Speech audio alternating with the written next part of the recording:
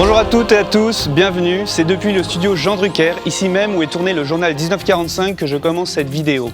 Chargé de création de contenus digitaux pour la communication interne et la marque employeur du groupe M6, quels ont été les objectifs et les missions réalisées? Développement de différents formats vidéo, gestion des communautés, création d'infographies, en quoi consiste ce poste? À travers cette vidéo bilan, nous allons répondre à ces questions, mais tout de suite, une présentation du groupe. Le groupe M6 est un groupe plurimédia, basé à Neuilly-sur-Seine. Plurimédia parce que c'est 4 chaînes en clair, 9 chaînes payantes et 3 stations de radio. Mais c'est aussi de la production et l'acquisition de contenu, pour la télévision, le digital ou le cinéma. Et enfin de la diversification. Des rédactions nationales M6 ou RTL aux boîtes de production en passant par le digital, c'est au total 2500 collaborateurs qui y travaillent chaque jour. Ça y est, une fois les présentations faites, je vous propose d'aller voir Thierry, mon manager, pour voir ce que c'est que la communication interne et la marque employeur. Alors Thierry, salut. Salut Marin. Qu'est-ce que la communication interne? Alors la communication interne, c'est très simple, ça repose sur 3 piliers. Le premier déjà, c'est d'informer les collaborateurs sur tout ce qui peut se passer au sein du groupe, sur toute la stratégie.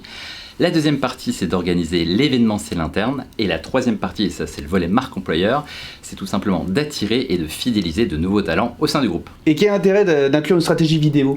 Alors, pour un groupe audiovisuel, un groupe média, tu vas me dire que c'est assez normal d'utiliser de la vidéo et c'est pourquoi on la déploie vraiment à fond, grâce à toi notamment. Ça va concrètement du président du directoire chaque mois qui va prendre la parole jusqu'au portrait de collaborateurs qui bénéficient d'une mobilité et on voit clairement que ça marche, c'est super impactant et engageant puisque les vidéos notamment du grand patron, elles ont un taux de couverture à plus de 70%, ce qu'on n'aurait jamais grâce à un article texte. Alors comme promis, en quoi consiste le poste de chargé de création de contenus digitaux pour la communication et la marque employeur? Déjà, c'est répondre à une stratégie. Ensuite, c'est travailler avec tout le monde, tous les services du groupe. Et enfin, c'est surtout s'adapter. Répondre à un brief, écriture de vidéos, réalisation d'interviews, prise d'images, publication sur les réseaux sociaux et gestion de ces derniers. Bref, regardez ce clip qui retrace mes missions dans le groupe M6.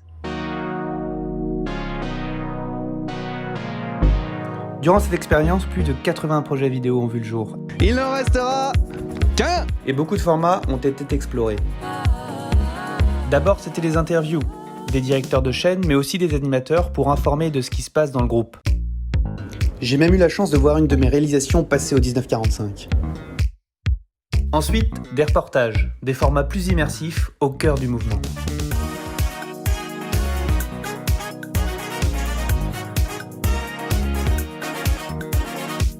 C'était aussi des clips promotionnels, pour la journée de la télévision par exemple, ou encore l'inclusion des personnes en situation de handicap. Il fallait promouvoir des concours de journalisme, pour intégrer la rédaction d'RTL ou celle d'M6. Mais c'était aussi des sujets coulisses, comme les conférences de presse avant le lancement d'une émission. Enfin, ce sont de plus longs formats, comme l'Assemblée Générale du groupe M6 entièrement en vidéo. De même, un reportage sur la cyberattaque que le groupe M6 a subi, pour comprendre réellement ce qui s'est passé. Également, c'était la couverture en photo d'événements, comme des conférences par exemple. Enfin, j'ai eu de la chance d'être ambassadeur du groupe et je montrais à la communauté la vie chez M6, notamment sur le compte Instagram. Et c'est ici, en salle du conseil, où sont prises quelques-unes des décisions importantes que je voudrais faire le bilan de cette expérience très riche.